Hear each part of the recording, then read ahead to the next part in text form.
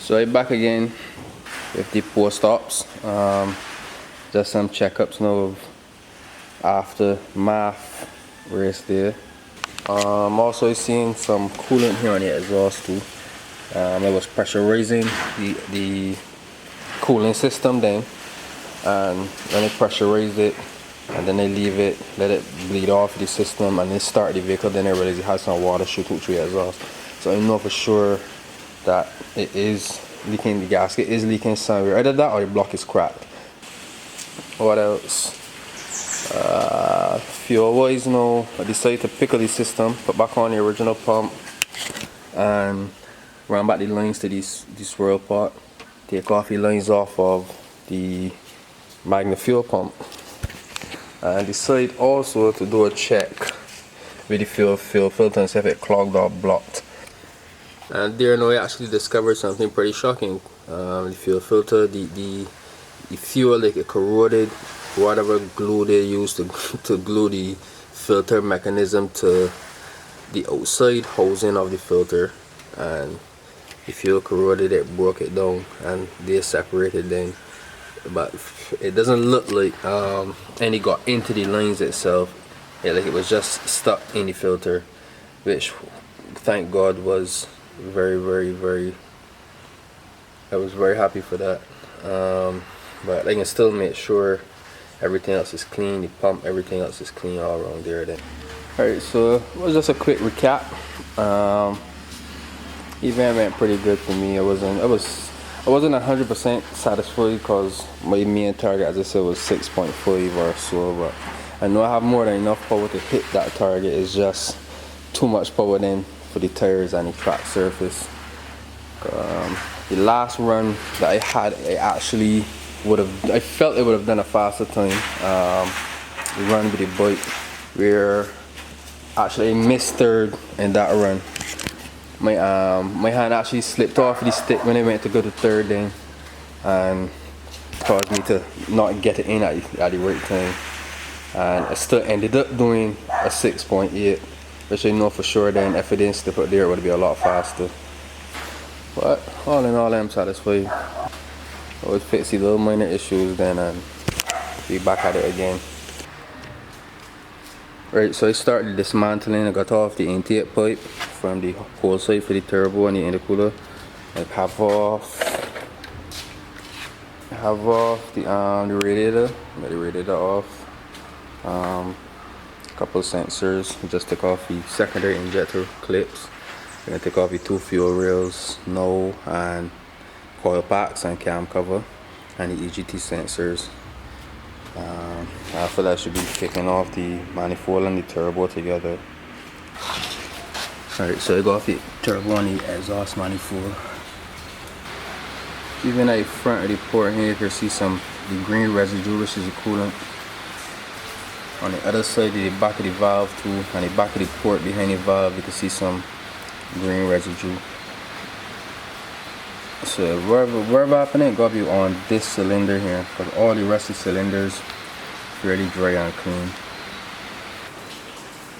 That's what I'm hoping is the head. Hopefully it isn't the block, but really won't be able to find out. But it may be best to pressure test it and see if we can actually see the coolant coming through that cylinder. Alright, so I pressurized the cooling system just now, fill it back with water. And now we're looking down. I don't know if you could get to see down inside of it. You could barely see it there, trickling water trickling down inside the cylinder there. So I can't exactly tell where it is coming from, but I know for a fact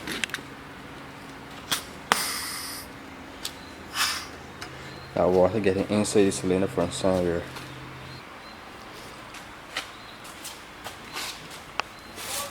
So I got some bad news.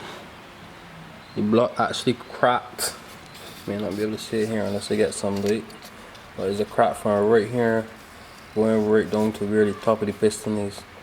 And if you actually put water or coolant by the deck of the block, you can see it dribbling inside the block.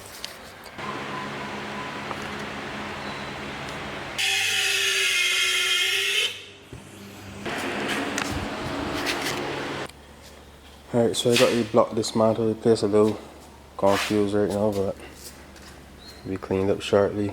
Got the crank out, 4 rods, 4 pistons, numbered 1 to 4, because we're using back same bearings on the rods, so I gotta make sure they go back on the right journals. So I got the block cleaned up, washed out all the bores, all the oil galleries, etc. on the block. Right now I can just turn it over then and put in the crank.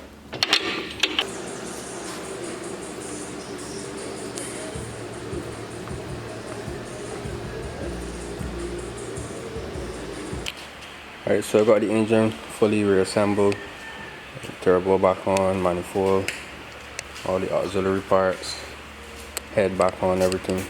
So I actually forgot to show, this is the block here. So this had through a rod and look out this piece of the block and that part of the oil pump. But I put back in the piece there, welded it back up, etc. and then just level off the surface of the block there. Alright, so I got the engine back in, everything wire up, fuel lines hook up, and I just swing the car, start it, everything's starting good. Let's say it's swinging like if it got low compression on one cylinder. It shot me baffled for maybe 2 or 3 minutes. Let's say it's swinging like ain't got on the plug at all. I'm not really paying attention because why would they put back up? Why would they put back at the car for a plug? So I swing it, I start it, make sure it got oil pressure, everything working, but keeping enough noise like say ain't gonna plug. So I said, man, you gotta plug in it. Lo and behold, a plug was on the table down below, which means it doesn't have a plug in one of the cylinders. Probably number 4 cylinder, which is the one that I had to coat at first when it pulled on. So thank God the spring still inside the coil pack. The other 3 still there good. Obviously know a lot of the carbon, etc. that it was the fuel and whatever else.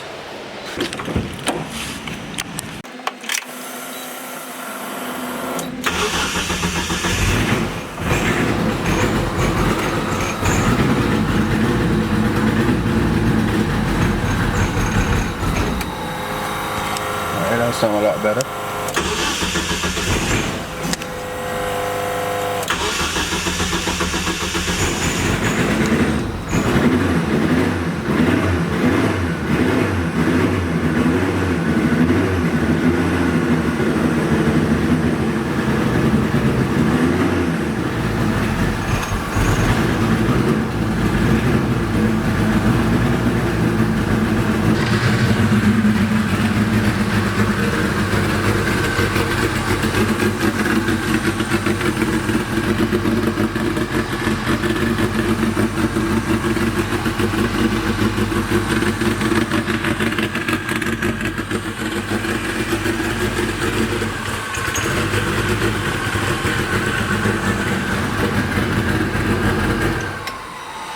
So everything is back on this. I had started yesterday on the pump gas, so what we do is just drain out the pump gas, put back in the methanol and switch back the maps then, and double check, run through everything, make sure everything good. I put in coolant yesterday, top it up, and the only other last thing to do, hopefully let's try to do it there now, is reinstall a weight band. This is the AM X series. I have in the other AM weight band, but a lot of my numbers and on the digital part of it start working. And this here actually has a wider scale. The controller has a wider scale than the other weight band I have in. So this goes right down in 8, so the other one stop. So we're at 10s or so. Shouldn't be that much things to do. Weight band and switch back the fuel pumps, and hopefully that should be it for the dyno tomorrow then.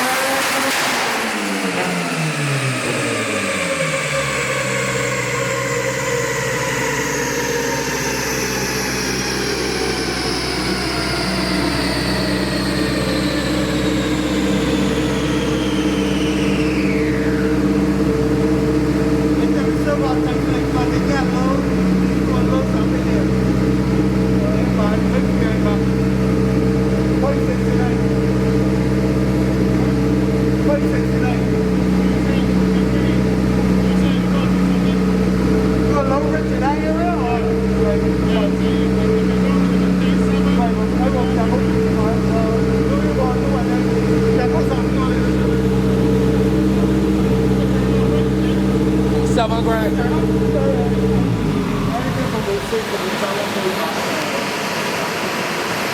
Come on, you nervous, man? I anxious.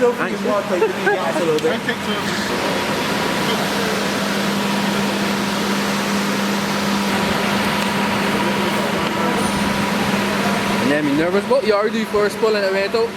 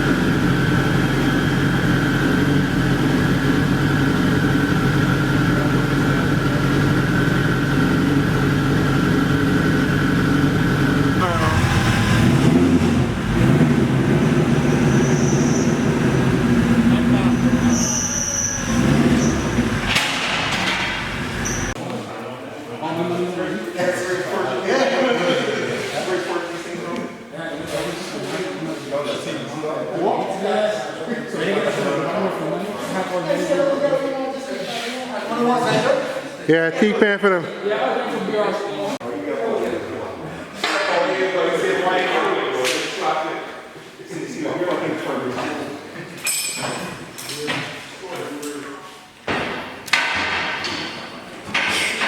What's your first roll going to be? 700. What you getting at? I got a clue what time. Maybe 34, 34 maybe? 800. Nah, I don't feel so. not 30 cents.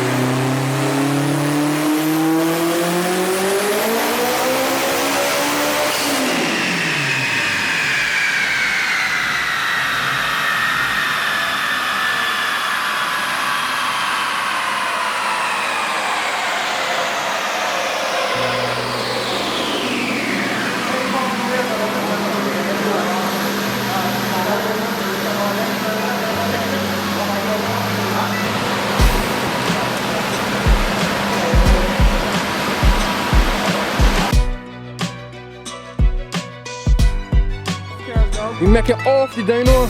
Both cars living.